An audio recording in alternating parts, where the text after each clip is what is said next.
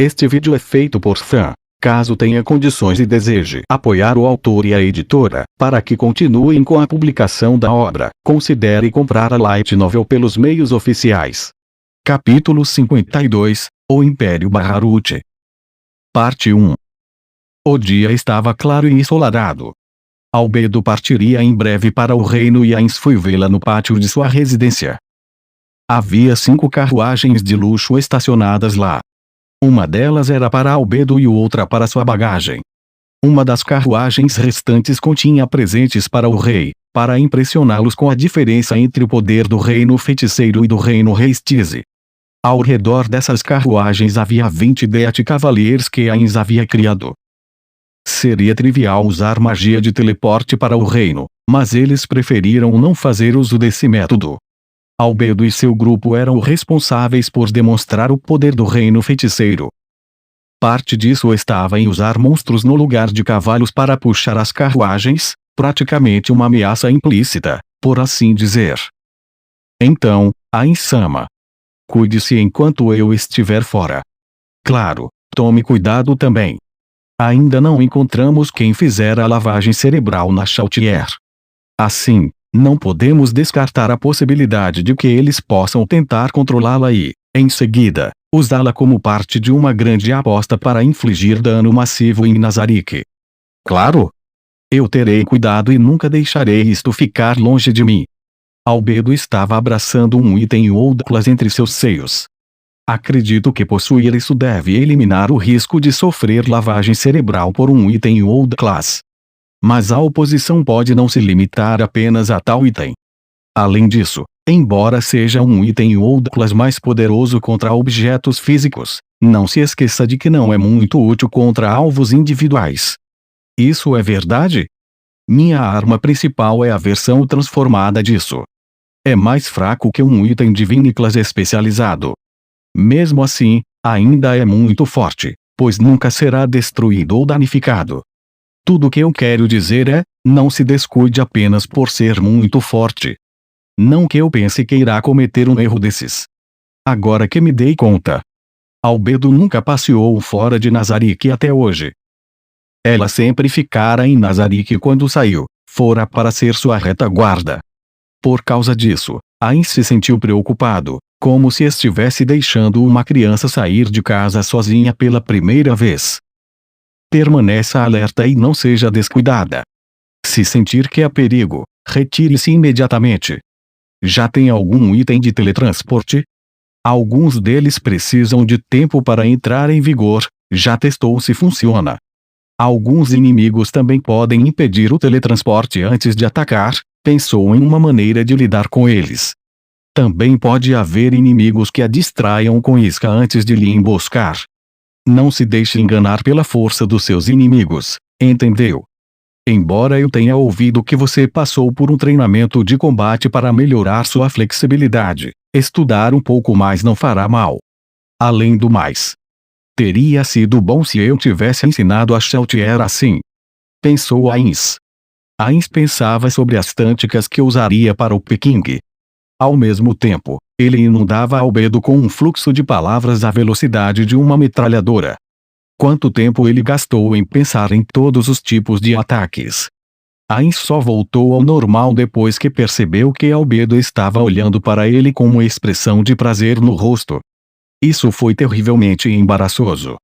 Ainz tossiu. Bem, é isso?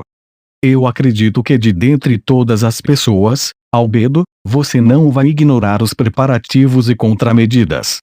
Desculpe por acabar atrasando. E fique atenta durante a viagem. Entendido, Ainz-sama.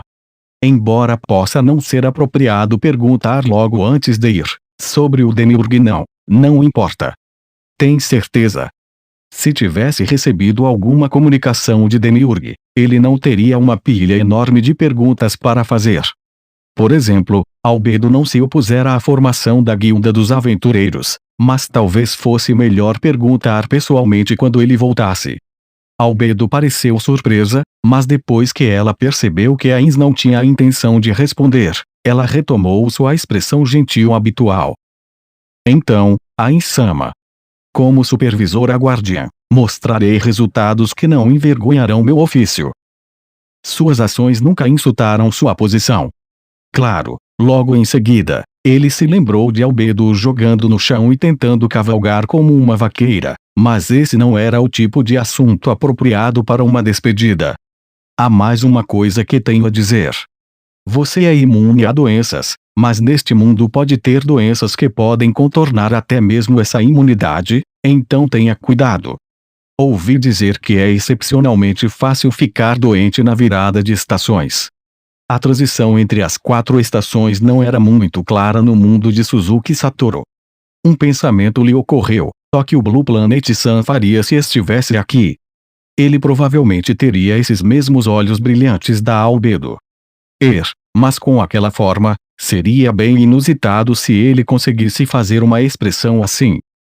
Então, Albedo ofereceu uma sugestão, com uma expressão no rosto como uma flor recém-florescida. Ain-sama. Eu sei de um remédio que funciona muito bem contra doenças. Isso foi uma surpresa e tanto. Ele não esperava que ela soubesse de medicação que era única neste mundo. Nufirea, o herborista, não deveria ter entrado em contato com Albedo. Sendo esse o caso, poderia ter vindo do conhecimento dentro de Yggdrasil, ou talvez algo que Tabula Smaragdina programou nela. Sua curiosidade agora despertou, Ains ansiava pelo que ela diria em seguida. Um beijo. Um beijo. Sim, beijar alivia o estresse e ativa o sistema nervoso parasimpático. Uma vez que a eficiência do sistema nervoso parasimpático aumenta, o desempenho do sistema imunológico melhora com isso. Em outras palavras, se eu for beijada, não ficarei doente. Eu me lembro de ouvir algo assim antes. Ele se lembrou de alguém mencionando algo sobre o sistema nervoso parasimpático em alguma de suas jogatinas em Yggdrasil. Deve ser isso. No entanto, ele não sentiu que seria eficaz neste mundo também. Portanto, eu quero um beijo. Albedo fechou os olhos e franziu os lábios. Parecia um peixe fora d'água.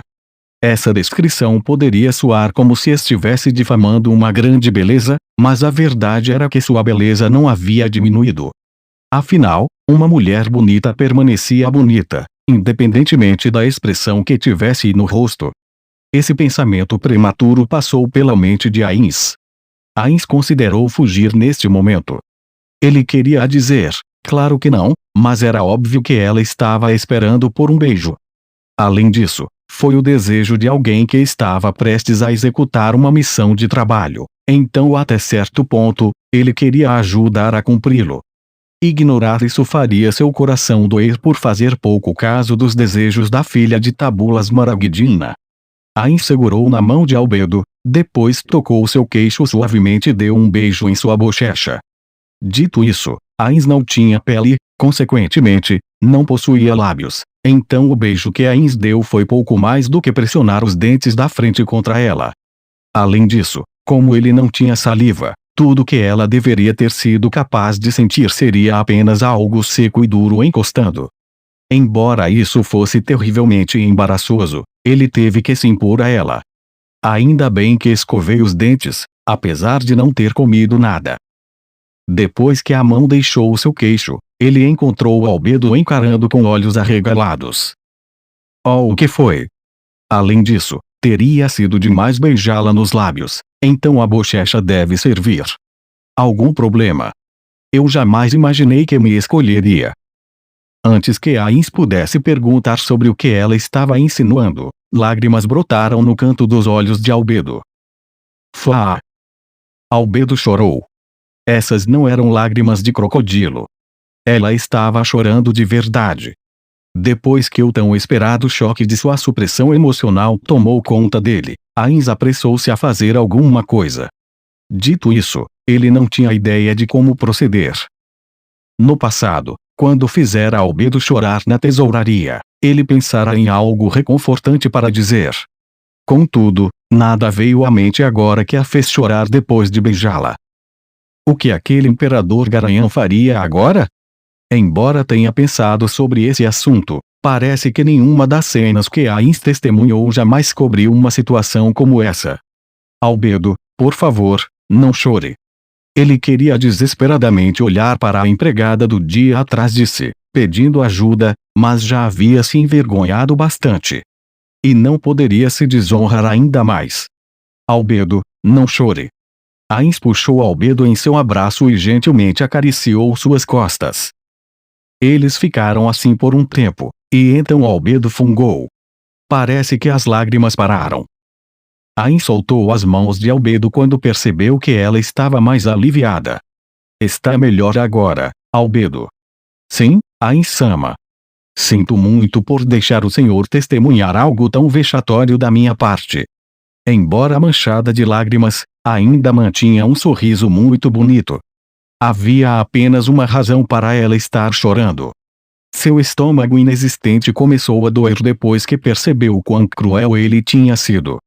Naquela época, ele achou que estava tudo bem, porque o jogo terminaria em breve. Se não tivesse pensado daquele modo, ela não teria chorado assim. Entendo. Bem, já está na hora. Você deve se recompor já que está bem. Entendido, Momonga-sama. As cortinas das janelas da carruagem se abriram e, através delas, viu Albedo acenando para ele. Em resposta, Ains acenou de volta para ela.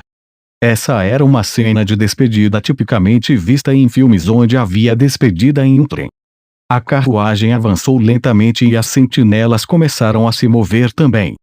Ains assistiu até não conseguir ver a carruagem de Albedo e, enquanto olhava para o longe, emitiu um comando em timbre grave e sombrio. Esqueça tudo o que aconteceu aqui. Sim, senhor. Ains passou pela empregada, cuja cabeça estava baixa. Ele não tinha como ver o tipo de expressão que ela tinha.